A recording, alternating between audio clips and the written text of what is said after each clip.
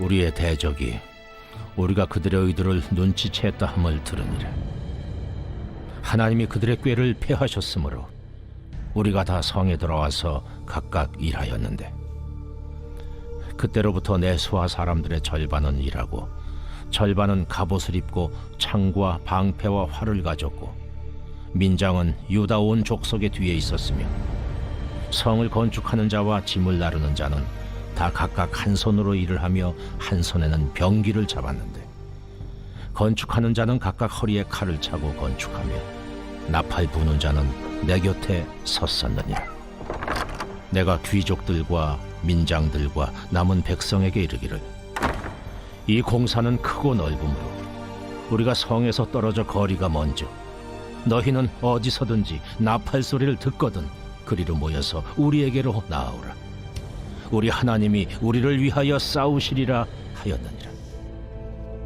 우리가 이같이 공사하는데 무리의 절반은 동틀 때부터 별이 나기까지 창을 잡았으며, 그때 내가 또 백성에게 말하기를, 사람마다 그 종자와 함께 예루살렘 안에서 잘지니 밤에는 우리를 위하여 파수하겠고 낮에는 일하리라 하고, 나나 내 형제들이나 종자들이나 나를 따라 파수하는 사람들이나 우리가 다 우리의 옷을 벗지 아니하였으며, 물을 기르러 갈 때에도 각각 병기를 잡았느니라.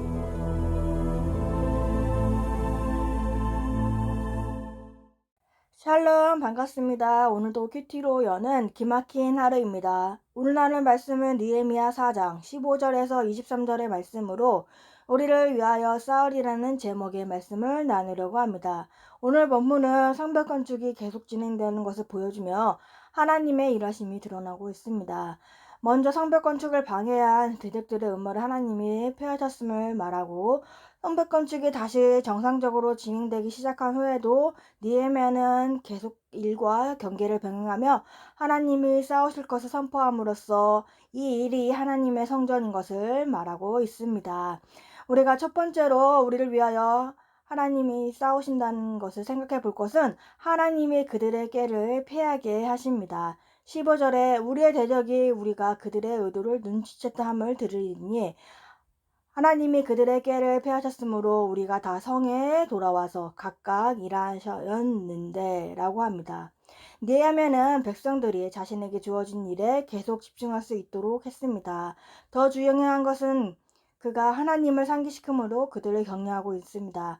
너희는 저희를 두려워 말고 지극히 크시고 두려운 주를 기억하라고 14절에 말씀하고 있습니다. 그는 그러한 말을 통해 도배의 모든 언어 폭력과 모독이 하나님의 능력에 비하면 아무것도 아니라고 이야기를 합니다. 하나님은 산발락을 비롯한 적재자들의 계획을 부셨습니다.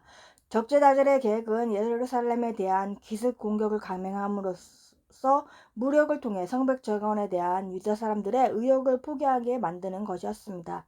그러나 느헤미야의 와 유다 사람들이 하나님께 기도하면서 방어 태세를 철저하게 갖추고 믿음으로 대처하자 그들은 그 계획을 실행할 수 없었습니다. 약 100년 전에 대적들이 성전 건축 계획을 좌절시켰는데, 이제는 성벽 건축을 방해하는 대적들의 계획이 좌절된 것입니다. 느헤미야는 대적의 계략을 간파하여 그에 따른 조치를 함으로 그들의 계략이 허물어진 사실이 바로 하나님께서 계획하신 일인 것을 깨닫습니다. 느헤미야의 이런 영적 통찰은 그가 끊임없이 하나님과 교제하는 생활에서 근거한 것입니다. 수상가궁에서 아닥사스다 왕과 대화에서도 마음으로 하나님께 기도한 후에 왕의 질문에 대답하는 그의 모습에도 볼 수 있습니다. 대적의 어떠한 계략에도 성벽 중축 공사를 중단할 수 없도록 하나님께서 개입하시기 때문에 느헤미야와 건축자들은 그 일에 집중할 수 있었습니다. 김영재 목사님은 우리에게 찾아온 방해를 물리치고 문제가 해결되려면 먼저 우리의 잘못을 인정해야 한다고 합니다. 그럴 때 하나님이 우리의 대적을 패하게 해주십니다. 어떠한 방해와 공격이 있어도 우리의 자리로 돌아와 여전한 방식으로 출근하고 여전한 방식으로 살림하고 각자 할 일을 하는 것이 하나님의 역사를 이루는 인생이라고 이야기를 합니다. 우리는 사건이 올 때 여전한 방식으로 큐티하고 예배하면서 우리의 위치에서 우리의 역할을 해 나가야 하는 것입니다. 느헤미야와 유다 백성이 우리 하나님께 다시 기도하자 하나님은 사단의 꾀, 대적의 꾀를 패하십니다. 그러자 백성은 성에 돌아와 절반은 자기 일을 하고 절반은 병기를 들고 각자 직분에 수행을 하는 것입니다. 이게 여전한 방식으로 예배하고 큐티하면서 그 자리를 지키고 역할을 수행하는 것입니다. 우리가 힘들고 어려울 때일수록 공동체에 나와 예배드리는 것이 우리의 영적인 성벽을 든든히 쌓는 비결인 것입니다. 적용 질문으로는 먼저 우리의 잘못을 인정하며 하나님의 대적의 꾀를 패해 주시기를 바라고 있습니까? 내 자리를 지키며 성적 중수를 위해 내 역할을 잘 하고 있습니까? 두 번째로는 하나님의 말씀을 나팔소리로 들어야 하는 것입니다. 20절에 너희는 어디서든지 나팔소리를 듣거든 그리로 모여 우리에게로 나아오라. 우리 하나님이 우리를 위하여 싸우리라 하였느니라. 느헤미야는 성벽 공사 각각 구역에서 동시에 진행되고 있는 까닭에 대적들의 공격에 대비하기가 쉽지 않다는 사실을 알고 있었습니다. 방어해야 할 범위가 넓고 서로 멀리 떨어져 있을 수밖에 없었기 때문입니다. 공격해 오는 위기의 상황이 벌어질 때 성 안의 백성들에게 신속하게 신호를 보내기 위해 자기 곁에 나팔 부르는 자를 두었습니다. 느헤미야는 그때부터 그의 부하들도 절반은 일하고 절반은 갑옷을 입고 창과 방패와 활을 가지고 관리들은 백성의 뒤에 진을 치고 성을 건축하는 자는 각각 허리에 칼을 차고 건축하고 나팔을 부는 자를 옆에 두어서 언제든지 나팔 소리를 듣거든 모이게 하였습니다.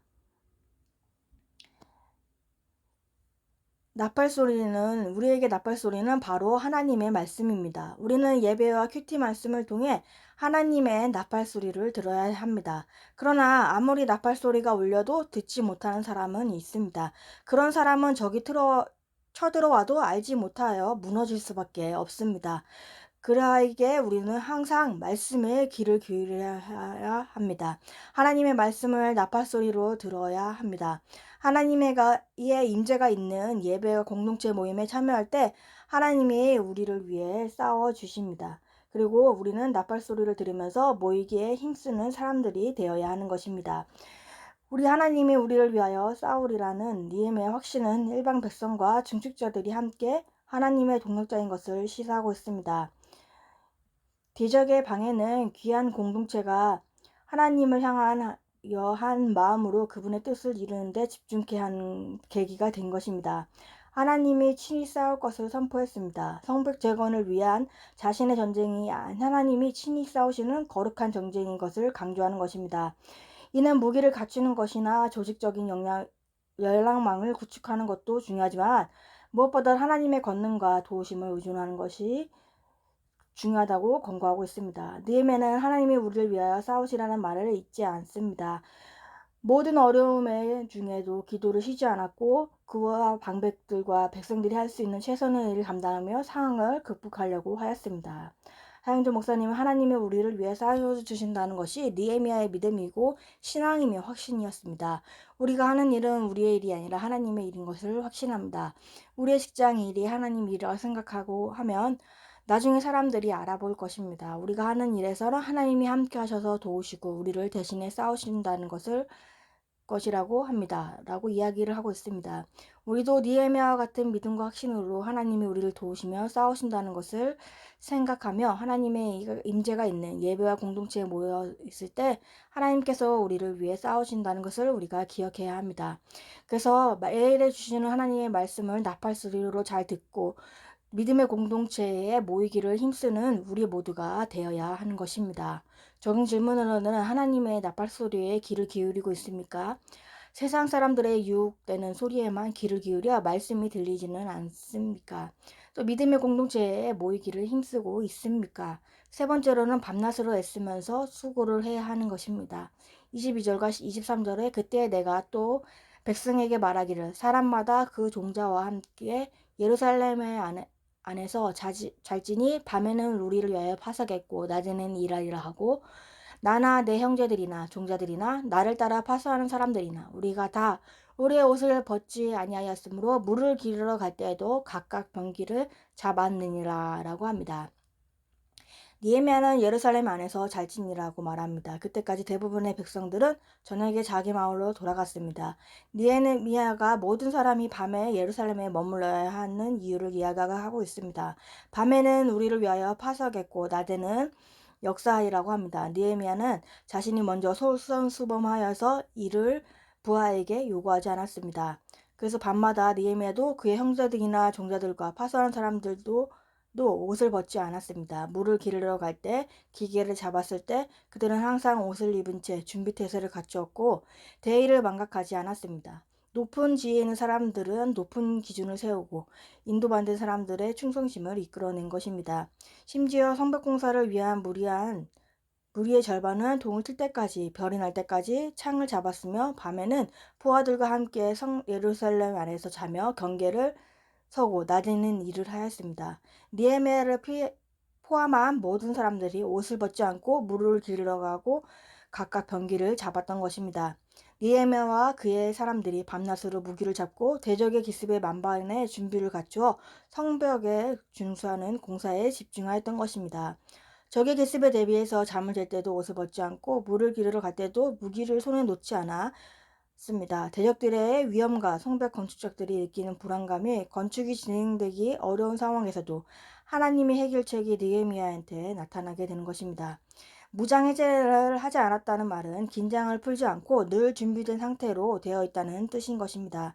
적이 언제 할지 알 수 없기에 유다 백성들은 긴장을 늦추지 않았습니다. 지휘관도 백성도 모두 같은 태도를 지니고 있었습니다. 작은 틈이라도 댐을 무너뜨릴 수 있습니다. 영적 싸움도 마찬가지입니다. 성경은 우리에게 늘 깨어 있으라고 말합니다. 베드로전서 5장 8절에 베드로는 이렇게 말합니다. 근신하라 깨어라. 너희 대적 마귀가 우는 사자같이 두루 다니며 삼킬 차를 찾는다라고 말합니다. 성도들이 깨어 있어야 하는 이유는 사탄이 그를 삼키려고 하기 때문입니다. 예수님께서도 잡히시던 밤에 베드로와 야고보, 요한을 데리고 겟세마네 동산에 올라가 기도할 때 제자들에게 이렇게 말합니다. 시험에 들지 않게 깨어 있으라고 말씀하셨습니다. 우리의 대적 마귀가 우리를 삼키려고 기회를 노리고 있습니다. 그러므로 우리는 전신갑주를 입고 방어태세와 공격태세를 갖추고 있어야 합니다. 또 주의 날이 도적같이 임할 것입니다. 영적으로 나태한 상태로 있다면 마귀의 공격에 절대로 이겨낼 수 없습니다. 그래서 큐티인의 해설에서는 이렇게 말합니다. 항상 긴장을 늦추지 않고 불편한 갑옷을 입은 백성처럼 우리도 말씀에 전신갑주를 입고 있어야 적들의 빈틈을 보이지 않는다고 말을 하고 있습니다. 우리는 늘 말씀으로 무장하여 늘 준비된 상태로 있어야 합니다. 늘 깨어 있어서 적들에게 틈을 보이지 않아야 합니다. 그래서 기도와 말씀으로 언제나 깨어서 있어야 하는 것입니다. 적은 질문으로는 말씀의 전신갑주를 위해 매일 큐티를 하고 있습니까? 기도와 말씀으로 영적 긴장을 늦추지 않고 깨어 있습니까? 7월 18일 보수환자입니다. 성공이 무엇인가? 해결책이 무엇인가가 아니라 우리의 모든 고난에 대한 답은 예수님은 누구신가?입니다. 기도하겠습니다. 하나님 감사합니다. 오늘도 말씀을 허락해 주심에 감사합니다. 저의 자리와 역할을 지키면서 여전한 방식의 삶을 잘 살아내길 바랍니다. 대적에게 넘어가 잠시 흔들려서 믿음 없는 모습을 보였던 것을 회개하며 말씀의 전신갑주로 무장하여 깨어있는 삶을 살기를 바랍니다. 우리의 죄를 인정할 때 하나님께서 대적의 계획을 폐하심을 알고 두려워하지 않는 우리가 되길 바랍니다. 여전한 방식의 우리의 자리와 역할에 순종하여 지키기를 원합니다. 주님의 말씀이 나팔소리같이 들려서 믿음의 공동체에 모이기를 힘쓰는 우리 모두가 되기를 원합니다. 우리들이 믿음의 공동체에 모였을 때 주님이 우리를 위해 싸워주시는 것을 기억하기 원합니다. 말씀에 전신갑주를 읽고 무장하여 늘 깨어있는 우리들의 삶이 되기 바랍니다. 기도와 말씀으로 영적인 무장을 하기를 바랍니다. 또 공동체에 나와서 예배함으로써 우리의 영적 성벽을 튼튼히 세워가는 우리 모두의 삶이 되길 원합니다. 다음 세대들의 여름 사역에 기름 부어주시옵시고 공동체에 모여서 예배드림으로 영적 성벽을 튼튼히 쌓아가는 시간들이 되기를 바랍니다. 오늘도 말씀의 은혜를 부어주셔서 감사합니다. 말씀으로 살아내는 하루가 되게 하여 주옵소서. 예수님의 이름으로 기도합니다. 아멘.